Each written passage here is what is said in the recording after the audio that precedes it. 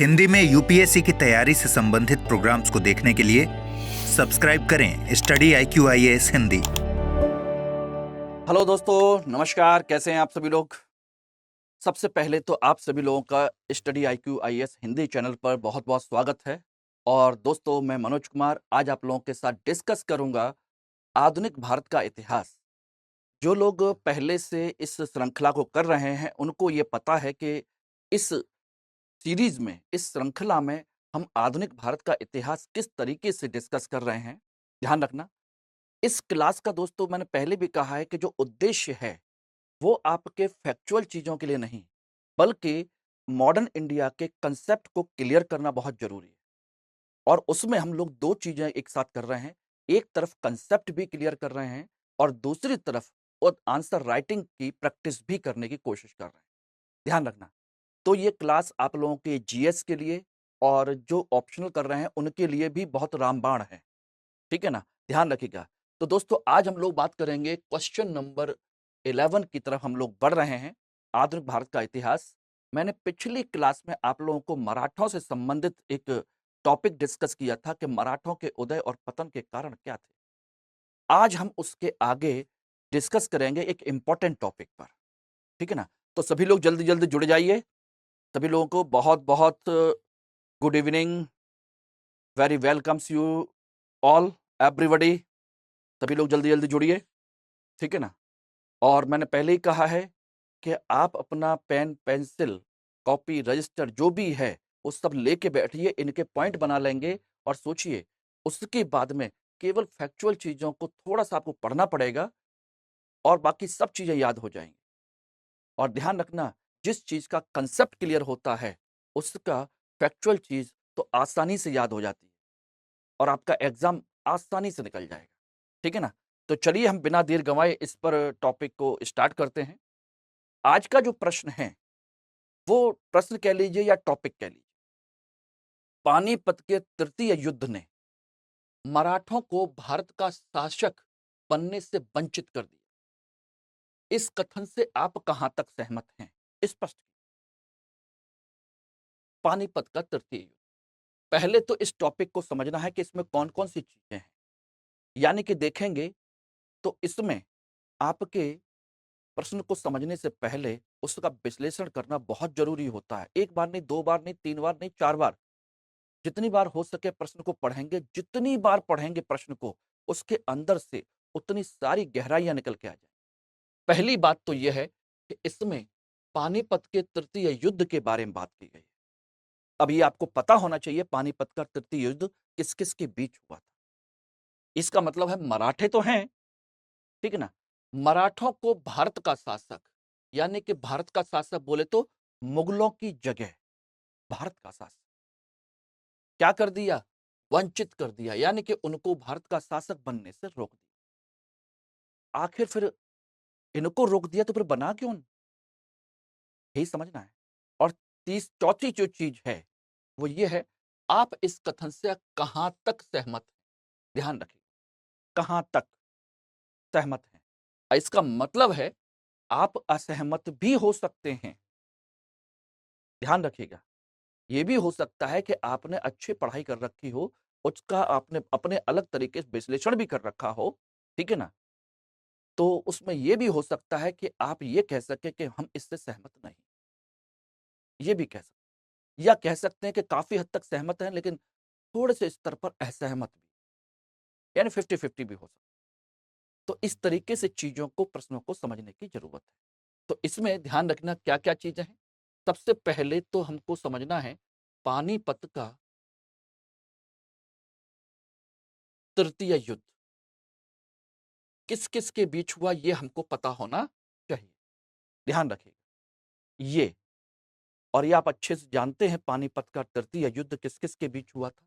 ध्यान रखना, एक तरफ मराठा और दूसरी तरफ अहमद शाह अब्दाली, ये रहे। क्लियर है एवरीबॉडी? पानीपत का तृतीय युद्ध मराठा और अहमद शाह अब्दाली के बीच। दूसरा पॉइंट है भारत का शासक, यानी पहला पॉइंट ये और दूसरा पॉइंट कि भारत का शासक। अब भारत के शासक यहाँ पे ऑलरेडी, ध्यान रखना, यहाँ पे ऑलरेडी इस समय भारत का शासक कौन है? मुगल बादशाह है। मुगल ऑलरेडी हैं ही हैं। अब बात आती है कि इनकी जगह पर कौन बन सकता था, ठीक है ना? ये तो आप अच्छे से जानते हैं, आगे जाकर के मराठे तो नहीं बने, मराठे तो नहीं बने। तभी तो लिखा है मराठों को भारत का शासक बनने से वंचित कर दिया। तो फिर कौन बना था? आप अच्छे से जानते हैं मॉडर्न इंडिया की कहानी के बारे में, आधुनिक भारत के बारे में। तो यहां पर शासक बने अंग्रेज, यानी कि मराठे अगर नहीं बने तो उसके लिए एक जो माहौल बना वहां पर, उसके माहौल को अंग्रेजों ने अपने अनुसार उसको ढाल लिया और खुद शासक बने। क्या ये बात सही है या नहीं? यानी कि मुगलों को हटा करके अंग्रेज यहां पर शासक बन गए। ये इसका जो कथन है वो ये है। अब बात आती है, क्या ये कथन पूरी तरह सही है या नहीं? इस बात को यहां पर हमको समझना होगा, ध्यान रखना। और पानीपत का तृतीय युद्ध जिन लोगों को नहीं पता है, उन लोगों को थोड़ा सा पता होना चाहिए। यहां पर समझ लीजिए, पानीपत की 3 युद्ध हुए हैं। पानीपत फर्स्ट, सेकंड और थर्ड। ध्यान रखना, पानीपत का पहला युद्ध बाबर और किसके बीच हुआ था? इब्राहिम लोदी के बीच। पानीपत का पहला युद्ध कब? बताइए। 1526, 1526। बाबर जब भारत पर अटैक करने आया था, इब्राहिम लोदी दिल्ली सल्तनत का शासक, लोदी वंश। दूसरा है पानीपत का सेकंड युद्ध, अकबर वर्सेस हेमू के बीच। हेमू ने दिल्ली पर कब्जा कर लिया था और अकबर दिल्ली से बाहर। फिर जाकर के इन दोनों के बीच में पानीपत का द्वितीय युद्ध हुआ 1556, ठीक है। और तीसरा हुआ आपका मराठा वर्सेस आपके अहमद शाह अब्दाली। ध्यान रखना, अहमद शाह अब्दाली अफगानिस्तान का शासक है। ध्यान रखना, अफगानिस्तान का है और ये भारत को लूटने के उद्देश्य से आया था, भारत पर आक्रमण, लूटने के उद्देश्य से भारत पर आक्रमण। और ये है आपका 14 जनवरी 1761। ये 3 आपके पानीपत के युद्ध हुए हैं। क्लियर है एवरीबॉडी? तो जिन लोगों को नहीं पता वो कम से कम एक बार इनको रिवाइज करके देख सकते हैं, सुन सकते हैं, समझ सकते हैं, ठीक है ना? अब इसके बाद हम बात करते हैं कि आखिर इस युद्ध का परिणाम क्या हुआ, कारण क्या थे, किस वजह से थे, वो सारी चीजें हम इसमें देखने की कोशिश करें, ठीक है ना? और उससे पहले आप लोगों के लिए एक महत्वपूर्ण सूचना आज के लिए। आज 11 तारीख है और 11 तारीख आज इस बैच के लिए ध्यान रखना, जो छात्र 2024-25 में अपना सिलेक्शन सुनिश्चित करना चाहते हैं, अपनी तैयारी को एक अंतिम स्तर तक ले जाना चाहते हैं, उसके लिए 2024 का हमने जो टारगेटेड P2I बैच बनाया हुआ है, P2I batch, prelims to interview, Hindi, English और इंग्लिश। ध्यान रखना, वो आज लास्ट डेट है। आज से समझ लीजिए कि हमारा बैच स्टार्ट हो रहा है, सुबह हो चुका है। ध्यान रखना, और ये रहा आपका सुबह 8 बजे, आज से बैच स्टार्ट हो। ध्यान रखना, क्लियर है एवरीबॉडी? और आज इसमें एडमिशन लेने की लास्ट डेट भी, बैच स्टार्ट भी हो चुका है, एडमिशन लेने की लास्ट डेट भी है। और फीस आपकी 70,000 की जगह 29,000 हो जाएगी यदि आप कोड इस्तेमाल करेंगे MK लाइव। तो इससे सबसे बड़ा फायदा ये होगा कि आपको सारी चीजें जो मिलनी है वो तो मिलेंगी मिलेंगी, जैसे मेंटरशिप है, लेक्चर के नोट्स हैं जो क्लास में पढ़ाते हैं, लाइव क्लास है, टेस्ट सीरीज है, बुक्स है, मेंस रेजिडेंशियल प्रोग्राम है, 4 स्टेज की प्रॉपर आपके साथ रणनीति है, जिसका उद्देश्य है आप लोगों का सिलेक्शन। ध्यान रखना, और इसके साथ आपको कुछ मिलेगा सबसे बेहतरीन, सबसे इंपॉर्टेंट, मेरा साथ। मेरे साथ आप पर्सनली जुड़ेंगे, जिसमें आप लोगों को पर्सनल गाइड करना, मेंटरशिप देना, ठीक है ना? आपकी जो पढ़ाई-लिखाई से संबंधित जो भी प्रॉब्लम्स हैं, उनको काफ़ी हद तक सॉल्व करना। हालाँकि ये काम मेंटर्स तो करेंगे ही करेंगे, लेकिन साथ के साथ आपको मुझसे भी जुड़ने का मौका मिले। और सबसे बड़ी चीज़ है कि यूट्यूब से आप कितना भी पढ़िए, सारी चीज़ें करिए, लेकिन जो सिस्टमैटिक स्टडी होती है, उसका कोई मुकाबला नहीं। अगर आपको लंबी रेस का घोड़ा बनना है, आपको रेस जीतनी है, तो आपको सिस्टमैटिक तरीके से प्रशिक्षण प्राप्त करना ही होगा। कोई छोटे-मोटे गली मोहल्लों की तरह क्रिकेट मैच नहीं है आईएएस के। और दूसरी बात, इसमें एक गहन प्रशिक्षण और एक विशेष डायरेक्शन चाहिए होता है। एक विशेष मेंटरशिप, एक कोच जो आपके साथ काम कर सके। ध्यान रखना, आधे-अधूरे मन से तैयारियाँ नहीं होती हैं दोस्त। समय गरा खराब होता है। थोड़ी-सी मेहनत कीजिए, थोड़े से एफर्ट कीजिए और सही ढंग से इस बैच के साथ जुड़ करके अपने भविष्य को सुनिश्चित करने की कोशिश कीजिए। कोई बहुत ज़्यादा फीस नहीं है। कराने को देखिए बहुत सारे लोग बहुत कुछ करा रहे हैं, तो मत जाइएगा। कौन-कौन कितनी-कितनी फीस ले रहा है, लोग 2 ढाई-ढाई लाख रुपए ले रहे हैं, कोई 5-5, 6-6 हज़ार, 8-8 हज़ार रुपए में भी कोर्स करा रहा है। लेकिन बात ये है कि यहाँ पर जो 29,000 ले रहे हैं, एक रीज़नेबल प्राइस है, ना बहुत कम, ना बहुत ज़्यादा। और इस प्राइस में सोचिए आपको वो क्वालिटी, वो सारी चीज़ें दी जा रही हैं, जो आपको 2 ढाई लाख रुपए की फीस में भी नहीं। और स्टडी आईक्यू का आप अच्छे से जानते हैं, पैटर्न है कि अननेसेसरी इधर-उधर की कोई बात नहीं, कोई चीज़ नहीं, सिर्फ़ और सिर्फ़ पढ़ाई और सीरियस टॉक, सीरियस बातें, सीरियस आपके भविष्य के लिए काम करना। स्टडी आईक्यू की पहचान ही है क्वालिटी, ध्यान रखना। तो इसलिए विशेष समय बिना समय गँवाए इस कोड को इस्तेमाल कीजिए और मेरे साथ जुड़ करके 2024-2025 दोनों में से किसी भी साल आप अपना सिलेक्शन को सुनिश्चित कीजिए, क्योंकि इस कोर्स की वैलिडिटी 2 साल है। ओके? ध्यान रखिए। जिस तरीके से हम पढ़ते हैं ना बेटा, उस तरीके से ही क्लास के अंदर क्लास भी चलती है प्रॉपर तरीके से। बाकायदा टेस्ट सीरीज़, प्री की अलग, मेंस की अलग, आंसर राइटिंग अलग, सारी चीज़ें चलती हैं। ओके? ध्यान रखना। तो अब आ जाते हैं अपने क्वेश्चन पर। पानीपत के तृतीय युद्ध ने मराठों को भारत का शासक बनने से वंचित कर दिया। तो बात ये है, पानीपत का तृतीय युद्ध 14 जनवरी 1761 को हुआ, ठीक है ना?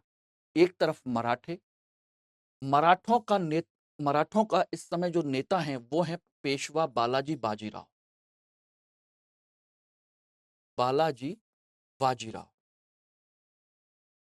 ध्यान रखना, बालाजी बाजीराव। और इस युद्ध में भाग लिया इनके भाई और पुत्र विश्वासराव और सदाशिवराव ने। विश्वासराव और सदाशिव राव ने। ये बालाजी बाजीराव के पुत्र हैं और ये इनका भाई है। इस युद्ध में इन्होंने नेतृत्व किया, ठीक है ना? इसके साथ-साथ इसमें मराठा प्रसंग के नेता भी थे। मराठा परिसंघ के नेता भी थे। प्रसंग में कौन-कौन थे? मैं आपको पहले भी बता चुका हूँ, समझिएगा। प्रसंग में थे सिंधिया, भोंसले, गायकवाड़ और होलकर। ये सभी इसमें शामिल थे, ध्यान रखना। और दूसरी तरफ है आपका अहमद शाह अब्दाली, ध्यान रखना। और अहमद शाह अब्दाली का साथ दिया था उस समय, सोचिए। इसके साथ थे आपके अवध का नवाब, बंगाल का नवाब, ठीक है ना? इसके साथ आप देखेंगे तो आपका निज़ाम हैदराबाद, उनके साथ के लोग, वो भी इसमें शामिल थे। प्लस रोहेले, बंगस पठान वगैरह, ये छोटे-छोटे जो भी राज्य उभर के सामने आ रहे थे, वो सब मुस्लिम शासक।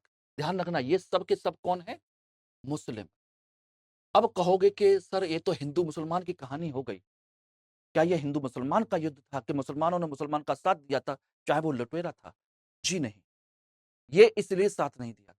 अब देखेंगे तो इसी में एक व्यक्ति और भी है, ध्यान रखना, इनके साथ में, वो है आपका इब्राहिम गारदी।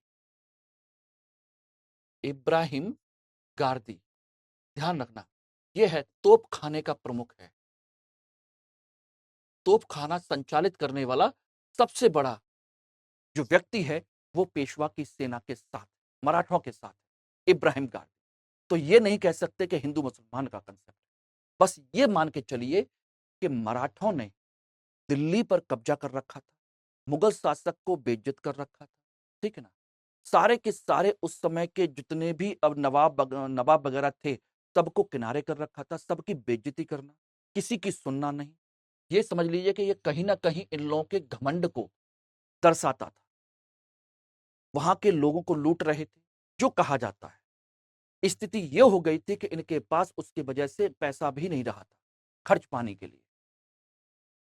मैंने पहले पिछली क्लास में भी कहा था कि इनके हारने का बहुत बड़ा कारण था चौथ, चौथ की वसूली। और चौथ ये किसी भी कीमत पर छोड़ते नहीं थे, चाहे मित्र बनो या मत बनो। इसीलिए उस वजह से सोचिएगा, इनका कोई मित्र बना भी नहीं। पेशवा बालाजी बाजीराव का साथ उस समय के राजपूतों ने नहीं दिया, ठीक है ना? उस समय के जो जाट शासक हैं उत्तर भारत के बहुत बड़े शासक, सोचिए सूरजमल जाट, वो भी साथ देने आए थे, लेकिन उन्होंने उनकी इज्जत नहीं की, उनको भगा दिया मराठों। इसलिए इनको अकेले लड़ना पड़ा। तो ये सब लोग साथ थे, इनका साथ ना राजपूतों ने दिया, ना जाटों ने दिया, ना सिखों ने दिया, ना किसी और ने। कारण इनके अपने एटीट्यूड, अपना बिहेवियर, अपना उनका जो व्यक्तिगत जो स्वभाव था, उसके कारण कोई इनका मित्र नहीं बन पाया। ये बहुत बड़ा रीजन था, ठीक है ना? तो ये इनके बीच में युद्ध हुआ और युद्ध में कंडीशन क्या है? इसमें अहमद शाह अब्दाली जीता, अब्दाली जीता था, ध्यान रखना। और अब्दाली जब जीता तो इसका परिणाम क्या हुआ? अब्दाली जीता। ये तो हो गया परिणाम। बात आती है कि आखिर फिर हुआ क्या? इसमें कंडीशन ये हो गई थी कि पूरी की पूरी मराठा सेना, सोचना, पूरी मराठा सेना समाप्त हो गई। सदाशिवराव, विश्वासराव, ये सब मारे गए। और ध्यान रखना, और इसमें ऐसा कोई नहीं बचा था कि जिसका काम खत्म ना हो गया, केवल 2 लोगों को छोड़कर, और वो थे मल्हार राव होलकर और महादजी सिंधिया। इन 2 को छोड़कर बाकी सब मारे गए एक तरफ से। पूरा मराठा सेना खत्म हो गई, पूरी की पूरी। सोचिए कि बालाजी बाजीराव के पास जाकर के जो खबर पहुंचाई, वो भी व्यापारियों ने पहुंचाई थी, वो भी कहानी के तौर पर, कि 2 मोती विलीन हो गए, ठीक है ना? ये हो गया, सोने असरफी की तो कोई गिनती ही नहीं है। यानी कि पूरी की पूरी सेना समाप्त हो, सेना समाप्त। और पूरी सेना समाप्त हो गई तो इसकी खबर से, सोचिएगा, इसकी खबर से क्या हुआ? बालाजी बाजीराव की मृत्यु हो गई। बालाजी बाजीराव की मृत्यु, उनकी भी मृत्यु हो गई। सोचिए, यानी सेना भी खत्म, भाई भी खत्म, बेटा भी खत्म, खुद भी खत्म। मराठा पूरी तरीके से कमजोर हो यहां पर। सोच लिए इस युद्ध का परिणाम रहा कि मराठा पूरी तरह से कमजोर हो गए। ये इसका बहुत बड़ा कारण। हम इसमें ध्यान रखिएगा, इस बात पर नहीं जाएंगे कि मराठों का साथ किसने दिया, किसने नहीं दिया। हम थोड़ा-सा जानने की कोशिश करेंगे कि आखिर इस युद्ध के जो हारे थे, उस युद्ध के हारने का कारण क्या? ध्यान रखना। थोड़ा-सा हमको ये जानना पड़ेगा कि इस युद्ध के हारने के कारण क्या थे? मराठों की पराजय के कारण क्या हैं? क्योंकि ये जानना ज़रूरी है, चाहे थोड़ा-सा ही सही। इसमें इस बात को मेंशन करना पड़ेगा कि मराठों को भारत का शासक बनने से वंचित कर दिया, तो वो हार गए। हार गए, उसके पीछे कारण थोड़ा-सा ये देना पड़ेगा। एक एकता का अभाव। ये मराठा परिसंघ आपस में एक नहीं। ये दिखाई तो देते थे एक, मराठा परिसंघ एक नहीं। अंदर ही अंदर क्या था? आपस में फूट थी। कारण उसके कोई भी हो सकते हैं। पेशवा ब्राह्मण थे और बाकी परिसंघ के लोग क्षत्रिय, और पेशवा उनके साथ अच्छा व्यवहार नहीं करते थे। ये भी एक बहुत बड़ा कारण। योग्य नेतृत्व का अभाव। विश्वासराव सदाशिवराव कोई बहुत बड़े सैनिक और सैनिक बहुत बड़े योद्धा नहीं थे, जबकि योद्धा थे आपके मल्हारराव होलकर, महादजी सिंधिया जैसे लोग। उनको इस युद्ध की कमान नहीं दी, तो इसकी वजह से भी ये लोग हारे। युद्ध नीति में परिवर्तन, बिल्कुल सही बात। मराठों की विशेषता थी गुरिल्ला युद्ध, और इन्होंने पहली बार, सोचिए, खुले मैदान में युद्ध की नीति अपनाई, खुले मैदान में युद्ध की, और साथ के साथ एक चीज और अपनाई, अपने परिवार को साथ लेके चलना। परिवार साथ लेकर गए, जबकि शिवाजी और उससे पहले के जितने भी लोग थे, वो कभी भी युद्ध में जाते थे परिवार को, महिलाओं को साथ लेकर के नहीं जाते, कभी नहीं, क्योंकि उनका मानना था कि इससे सेना की गति धीमी हो जाती है। दूसरा, सेना का ध्यान परिवार की सुरक्षा पर लग जाता है, तो ये बहुत बड़ी समस्या थी। अब सोचिए, युद्ध हुआ उस कंडीशन में, जब युद्ध हारने की स्थिति आई, तो सोचिए उस समय ये लोग अपने महिलाओं को बचाएंगे या अपने आप को युद्ध के लिए और दूसरा, खुले मैदान में इनको लड़ने का अभ्यास नहीं, बहुत कम, क्योंकि ये तो वो योद्धा थे जो गुरिल्ला युद्ध के विशेषज्ञ हैं, चोरी छुपे अटैक करने के विशेषज्ञ, महारत हासिल, और ये बहुत बड़ा कारण, ठीक है ना। आर्थिक समस्या, इनके पास धन बहुत कम था, धन की समस्या, सोचिएगा, इनके खाने पीने की समस्या, और ये थी, आपको बता दें कि जब दिल्ली में थे तो उस समय सोचिए, युद्ध में जब आए हैं, युद्ध के लिए चले हैं, पता है 3 दिन से इनकी सेना भूखी थी, इनके पास खाने के लिए नहीं था, क्योंकि जनता को ये बहुत परेशान करते थे, इसलिए जनता ने इनका साथ देना बंद कर दिया।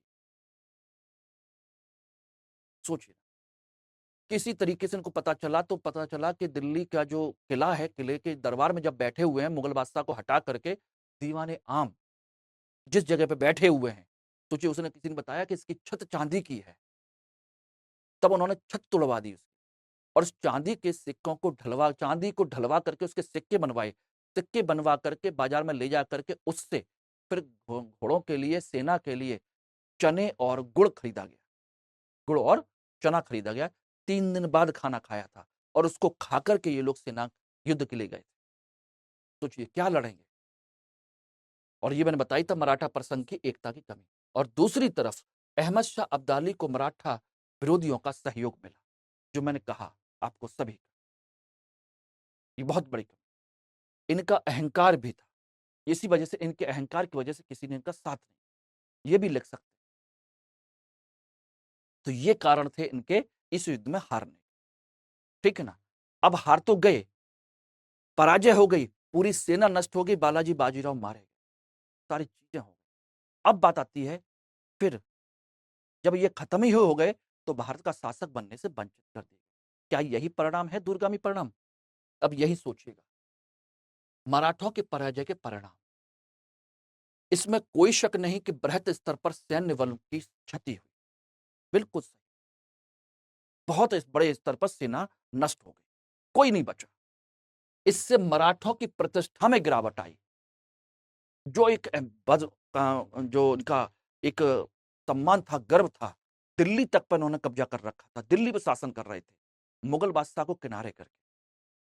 सोचिएगा, अब जब ये हार गए, तो अब लगा कि मराठे अब तो खत्म, और इसकी वजह से मराठे लंबे समय तक कमजोर रहे, क्योंकि बालाजी बाजीराव भी नहीं रहा, उनकी पूरी पूरी पीढ़ी, पूरी की पूरी सेना खत्म हो गई। कहा जाता है कि मराठा क्षेत्र में ऐसा कोई घर नहीं था जिस घर में उस रात कोई ना कोई जनाजा ना उठा, जिस घर में से कोई ना एक मरा ना, ऐसा कोई घर नहीं, हर घर में से एक एक व्यक्ति कम से कम मरा, ये माना जाता। जब ये कमजोर हो गए, तो सोचिए उसी समय क्या हुआ, अंग्रेजों को अपने आप को शक्तिशाली बनाने का मौका मिला, अंग्रेज शक्तिशाली बनने की स्थिति में आने लगे। सोचिए, पूरा मौका मिला, क्योंकि 1757 में अंग्रेजों ने, सोचिएगा, 1757 में अंग्रेजों ने प्लासी के युद्ध से बंगाल पर नियंत्रण कर लिया, ठीक। उसके बाद 1764 में बक्सर के युद्ध से, बंगाल पर पूरी तरह से नियंत्रण। सोचिए पूरी के पूरा संसाधन उनके कब्जे में आ गए, ठीक है ना। सोचना, तो बंगाल इनके कब्जे में आ गया। सोचिए इसी के साथ बंगाल के साथ साथ अवध कब्जे में आ गया, और अवध के साथ साथ क्या आ गया इसी के तुरंत बाद, मुगल भी, मुगल बादशाह भी कब्जे में आ गए, क्योंकि तीनों इस युद्ध में हारे थे। क्यों? क्योंकि मराठे लंबे समय तक जब कमजोर रहे तो इसका फायदा इन्होंने ये रहा। और जब तक मराठे थोड़े से तक शक्तिशाली पावरफुल होते, जब तक उठते, तब तक अंग्रेज अपने आप को शक्तिशाली बना चुके, अच्छा खासा शक्तिशाली बना चुके थे। सोचना, तीसरा आंग्ल मैसूर युद्ध, मैसूर युद्ध, सोचिए इसमें अंग्रेज और मराठा क्या हो गए, सहयोगी बन गए। और सहयोगी, ध्यान रखिएगा, कब बनते हैं? जब दो शक्तिशाली एक जैसे हो। छोटे व्यक्ति से कोई सहयोग नहीं करता, वो भी मराठे अंग्रेजों का सहयोग कैसे करेंगे? क्योंकि जब तक अंग्रेज पावरफुल बन चुके थे, बहुत बड़े क्षेत्र पर कब्जा कर चुके, सारी चीजों को नियंत्रित कर चुके, इसलिए मराठे अंग्रेजों के साथ आए, मैसूर के खिलाफ सहयोगी बने। ये अंग्रेजों के उभरते नेतृत्व और मराठों के कमजोर होने का प्रमाण है। सोचिए, वरना अंग्रेज एक ब्रिटिश कंपनी थे, छोटी सी सैनिक, छोटी सी कंपनी, इस तरीके से अंग्रेजों को शक्तिशाली बनने का मौका। और यहीं से इस युद्ध के बाद ही कहानी शुरू हुई कि आखिर भारत में सर्वोच्चता के लिए पुनः संघर्ष। पहले सर्वोच्चता के लिए संघर्ष हो रहा था किस किस में? अवध का नवाब, बंगाल का नवाब, मुगल बादशाह, निजाम ऑफ हैदराबाद, ये तीन शक्तिशाली थे। और सोचिए तीनों शक्तिशाली ये चाहते थे बंगाल, अवध, सॉरी, मुगलों पर कौन अपना अधिकार ज्यादा जमा के रखे। और यहां पर सोचिए एक समय के बाद में उन सबको कमजोर करके मराठे आ गए। और जब मराठे कमजोर हुए तो सोचिएगा अब ये फिर संघर्ष शुरू हुआ कि मुगलों पर कौन नियंत्रण करेगा, मुगलों पर नियंत्रण या उनका स्थान कौन लेगा, कौन लेगा, मराठा या अंग्रेज। यह संघर्ष यहां से फिर शुरू। क्लियर हो गया? और मराठे कमजोर हैं तो नेचुरल सी बात है उसकी जगह कौन ले रहा है, अंग्रेज। यानी कि इस युद्ध ने, अंतिम लाइन हम कह सकते हैं, इस युद्ध ने यह निश्चित नहीं किया कि भारत पर कौन शासन करेगा, बल्कि यह निश्चित कर दिया कि कौन शासन नहीं करेगा। यानी कि इस युद्ध ने यह तय कर दिया कि मराठे नहीं करेंगे, अब बाकी कोई भी आ सकता, कौन शासन नहीं करेगा। अर्थात हम कह सकते हैं कि यहां पर अब मराठे शासन नहीं करेंगे, बाकी कोई भी हो सकता। और इसका विकल्प किसने भर दिया? अंग्रेज। इस तरीके से कह सकते हैं कि भारत का शासक बनने से वंचित कर दिया। क्यों? इसने अंग्रेजों को मौका, ठीक है ना, इसने अपने मित्रों को कमजोर करने में, वो मित्रों का साथ नहीं लेने, मराठे कमजोर हो, इन्होंने साथ दिया किसका? अंग्रेजों का, मैसूर को नष्ट करवा दिया साथ देकर।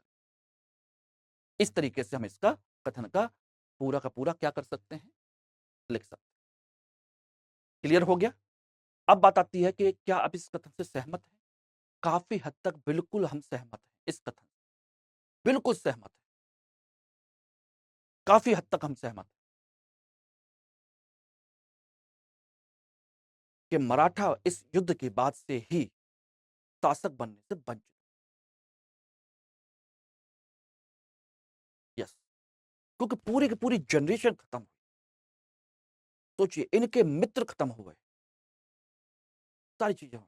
इससे इनके अंदर का जो मराठा प्रसंग का जो कंसेप्ट है वो उभर के सामने आ गया कि इनके अंदर लड़ाइयां बहुत, आपस में एकता की बहुत कमी है, ये उभर के सामने आ गया।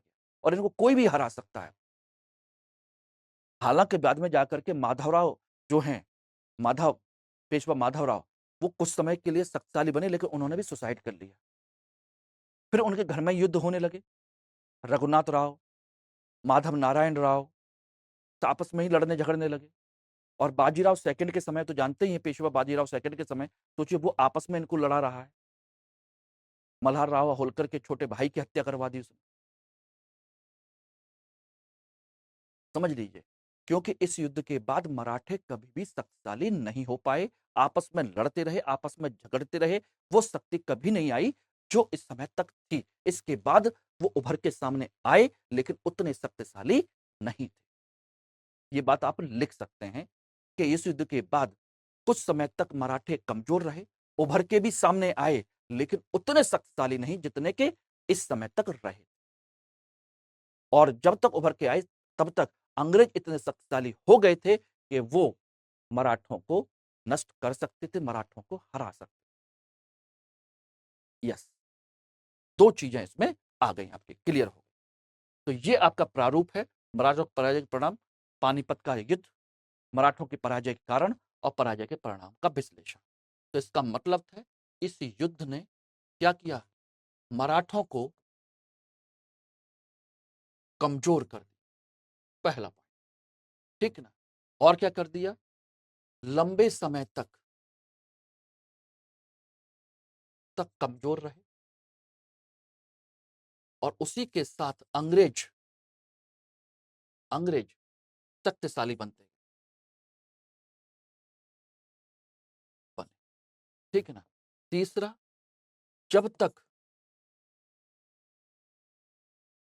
मराठे उभरे तब तक अंग्रेज शक्तिशाली हो चुके थे।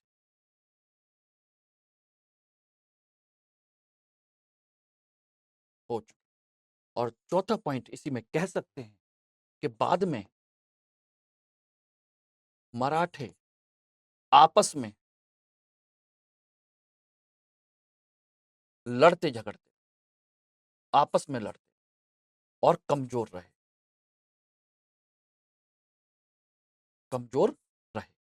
इस वजह से सोचिए कि इस युद्ध ने एक तरीके से मराठों को शासक बनने से वंचित, यानी कि इसने यह तय कर दिया कि अब भारत पर मराठे शासन नहीं करेंगे।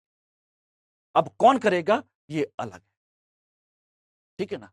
अगर मैसूर का टीपू सुल्तान जीत जाता तो हो सकता है कि टीपू सुल्तान करता, अंग्रेज जीत जाते तो अंग्रेज करते, फ्रांसीसी जीत जाते तो फ्रांसीसी करते, मराठे तो नहीं करने वाले थे, ये कंफर्म हो। It is okay. तो ये है आज आपकी टॉपिक, आज का आपका कंसेप्ट, आज आपका क्लियर। कल हम इसी तरीके से अगले टॉपिक आंग्ल मराठा युद्ध पर हम आगे बात करेंगे। इनके आंग्ल मराठा युद्ध पर ध्यान रखिएगा, प्रॉपर तरीके से पढ़िएगा। आंग्ल मराठा जितने युद्ध हुए हैं, पहला, दूसरा, तीसरा, जो भी युद्ध हुए हैं, उन पर क्या क्या क्वेश्चन बन सकते हैं, कारण क्या क्या है, कैसे कैसे, उन सारी चीजों पर विश्लेषण के साथ चर्चा करेंगे, ठीक है ना। चलिए, all the best, thank you very much all of you. इसको प्रॉपर तरीके से कर लीजिए। और ये मेरा अपना लिंक है जिसके थ्रू आप मुझसे दोस्तों कनेक्ट हो सकते हैं। ये मेरा कोड जिसका इस्तेमाल आप स्टडी IQ के किसी भी कोर्स पर ज्वाइन करने पर आपको डिस्काउंट मिल जाएगा।